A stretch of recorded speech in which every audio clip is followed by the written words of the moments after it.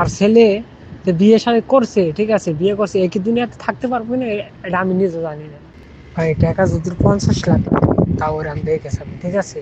ওরে যদি আমি আমি আমার বাপের বলা না, ঠিক আছে, মেয়ের অন্য জায়গায় বিয়ে দিব, ভালো করে বিয়ে মিটছে আর ওইখানে বিয়ে দিব, যাতে জেলে একটু শাস্তি থাক।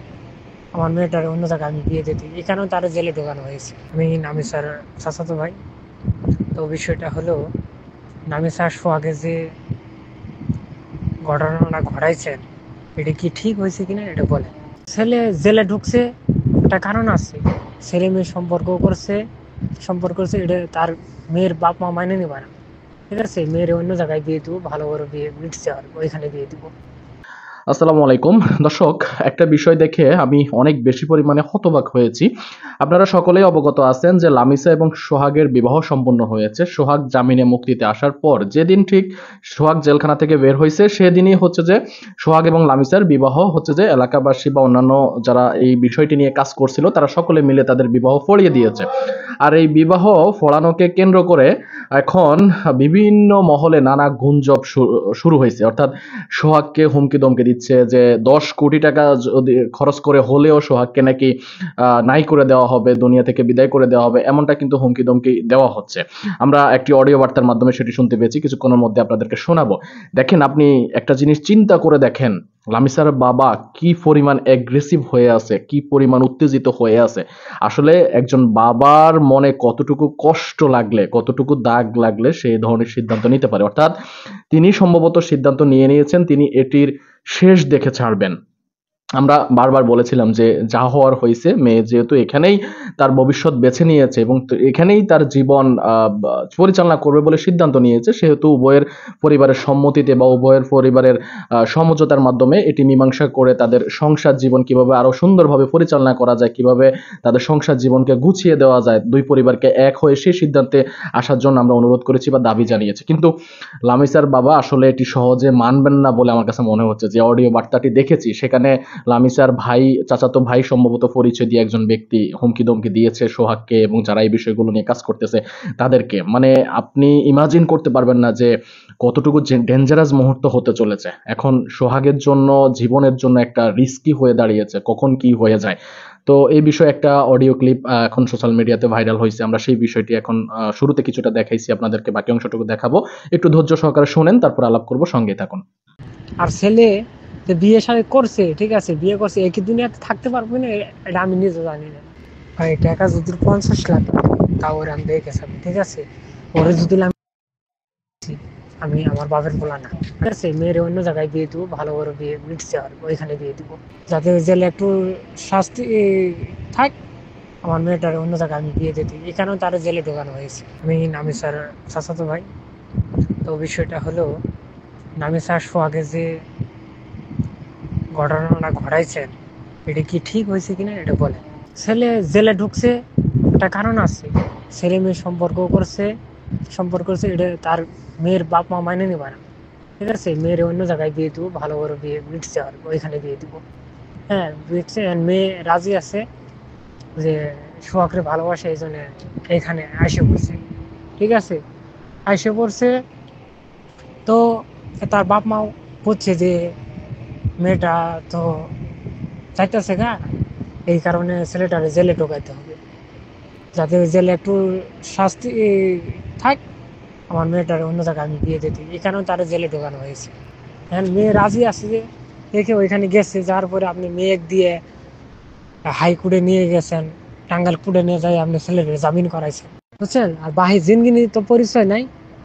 আর কেয়ামত হলেও মনে করেন এটা মিললে মানে নিব না, এটা লোমান, এটা আমি জানি, ওইখানে আমি থাকি, আমি জানি। আর ছেলে যে বিয়ে শাদী করছে, ঠিক আছে, বিয়ে করছে, একই দুনিয়াতে থাকতে পারবে না, এটা আমি নিজে জানি না, বুঝছেন।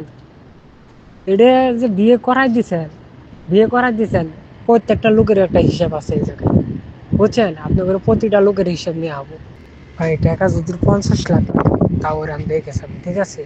ওরে যদি আমি আমার বাপের পোলা না, আমি ওরে দেখে যাবো কিরম পোলা, খানগির পোলা, ওই যে যোগ্যতা লোক, ওই যোগ্যতার মাধ্যমে যাবো। ওই মানুষজনের ধরে দিয়ে আটকাইয়ে অন্য মানুষের ঘরে বিয়ে, মেয়ে আটকাইয়ে বিয়ে করাই দেয়, এটা আমরা মানে নিব নাকি, ওই খানকির পোলারে জব করে এলাম ভাই, আপনার সামনে আমি কথা দিই, টাকা দিলে 1 কোটি টাকা যা, তাও আমি ওরে দেখে ছাড়বো।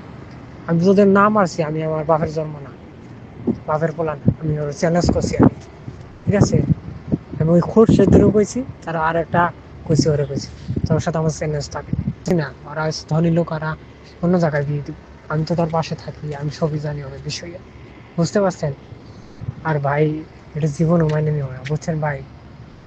এর বাপ কইছে যে কিয়ামত হইলেও আমি এই বিষয় মাইনে নিই, বুঝছেন ভাই। আর এলাকার ওর খালাতো ভাই আছে, ওর খালুরা আছে, সব কইছে, ঠিক আছে। ওরে যে ওরে দুনিয়াতে রাখো না, ছাড়া দেখেন ভাড়া, বুঝছেন।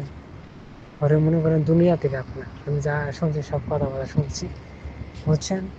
দুজনের জুটি মিল করে দিচ্ছি, তা আপনার সমস্যা কি? আমার সমস্যা না, আমি ওর চাচাতো ভাই, আমার অধিকার আছে, আমার দাবি আছে। প্রিয় দর্শক, নিশ্চয়ই শুনেছেন অডিও কল রেকর্ডটি। আমি মনে করি সম্পূর্ণটা আপনি শুনেছেন। দেখেন, সম্পূর্ণ অডিও কল রেকর্ডটি শোনার পরে আপনি এবার নিজে নিজে একটু অ্যানালাইসিস করেন, নিজে নিজে চিন্তা করেন যে এই লামিসা সোহাগের ব্যাপারটি আসলে কোথায় যাইয়া ঠেকতে পারে।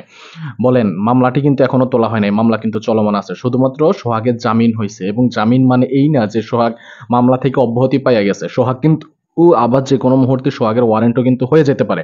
অর্থাৎ আদালত যদি মনে করে শুনানিতে যে তাকে জামিন দেওয়া উচিত হয়নি, বা তাকে জামিনে রাখা যাবে না, সেক্ষেত্রে কিন্তু আদালত আবারও গ্রেপ্তারি পরোয়ানা দিতে পারে, এবং সোহাগ কিন্তু আবারও অ্যারেস্ট হতে পারে। সুতরাং লামিসার বাবা যতক্ষণ পর্যন্ত সমঝোতায় না আসবেন, অর্থাৎ এই বিষয়টি আপোষ মীমাংসা না করবেন, ততক্ষণ পর্যন্ত কিন্তু সোহাগ এবং লামিসা সুখ শান্তি পাবে না, এবং তাদের সংসারে সুখ শান্তি আসবে না। এখন আমি বুঝতে পারতেছি না যে আসলে লামিসার বাবার চিন্তা ভাবনা কি। তিনি যেহেতু এই যে তাদের বিবাহ সহকারে যত যাই হয়ে গিয়েছে, এখন পর্যন্ত কোনো ধরনের বক্তব্য দেয়নি। আসলে লামিসার বাবার মনের কথা বোঝাটা কিন্তু অনেকটাই মুশকিল, যেহেতু তিনি মিডিয়ার সামনে কথা বলছেন না। যদিও আমরা তার একটা ভিডিও ফুটেজ দেখেছি, সেখানে কিন্তু তিনি ওইভাবে কিন্তু কথা বলেননি, তিনি অনেক বিষয় কিন্তু এড়িয়ে যাওয়ার চেষ্টা করেছে, বাবা হাত দিয়ে সাংবাদিককে কিন্তু থামিয়ে দিয়েছে। সুতরাং লামিসার বাবারও বিভিন্ন অডিও ভিডিও ফুটেজ আমরা বিভিন্ন দেখেছি, অনেক প্রোপাগান্ডা লামিসার বাবার বিরুদ্ধে ছড়াইছে। এখন সেগুলো কতটুকু সত্য সেটা কিন্তু আমরা জানি না। এখন এই বিষয়টি হয়ে গেছে পক্ষপাতিত্ব হয়ে গেছে। এখন সাংবাদিকরা সাংবাদিকতা করতে গিয়ে এক ধরনের পক্ষপাত হয়ে গিয়েছে। তারা সোহাগের পক্ষ নিয়ে কাজটি করেছে, যদিও তারা দাবি করছে ভালোবাসার বিজয় হয়েছে বা ইত্যাদি ইত্যাদি দাবি করছে। কিন্তু আমার মনে হয় এখানে পক্ষপাতিত্ব না করে উভয়ের পরিবারের সম্মতিতে মিলিয়ে দিয়ে, অর্থাৎ সোহাগ জামিন হওয়ার পরে লামিসার ফ্যামিলির কাছে ফেরত দিয়ে, তারপর ফ্যামিলির সাথে কথা বলে, লামিসার বাবার সাথে কথা বলে তাদের বিয়ের আয়োজন করাটা উচিত ছিল। এখন বিয়ের আয়োজন এই মুহূর্তে করাটা কতটুকু সঠিক হয়েছে আমি এটা জানি না, এটি আপনাদের উপর ছেড়ে দিচ্ছি। একটু কমেন্টস বক্সে কমেন্টস করে আপনার মন্তব্য লিখে জানাবেন। তো দর্শক, আমাদের আজকের ভিডিওটি কেমন লেগেছে সেটি জানাবেন। ভালো লাগলে অবশ্যই লাইক দিবেন, শেয়ার করে অন্যকে দেখার সুযোগ করে দিবেন। চ্যানেলে নতুন হলে সাবস্ক্রাইব করবেন। ধন্যবাদ সবাইকে এতক্ষণ আমাদের সঙ্গে যুক্ত থাকার জন্য। ভালো থাকবেন সবাই, সুস্থ থাকবেন। ইনশাআল্লাহ পরবর্তী ভিডিওতে আবার আপনাদের সঙ্গে দেখা হবে। সে পর্যন্ত আপনাদের সকলের সর্বাঙ্গীন মঙ্গল কামনা করছি এবং বিদায় নিচ্ছি। আসসালামু আলাইকুম।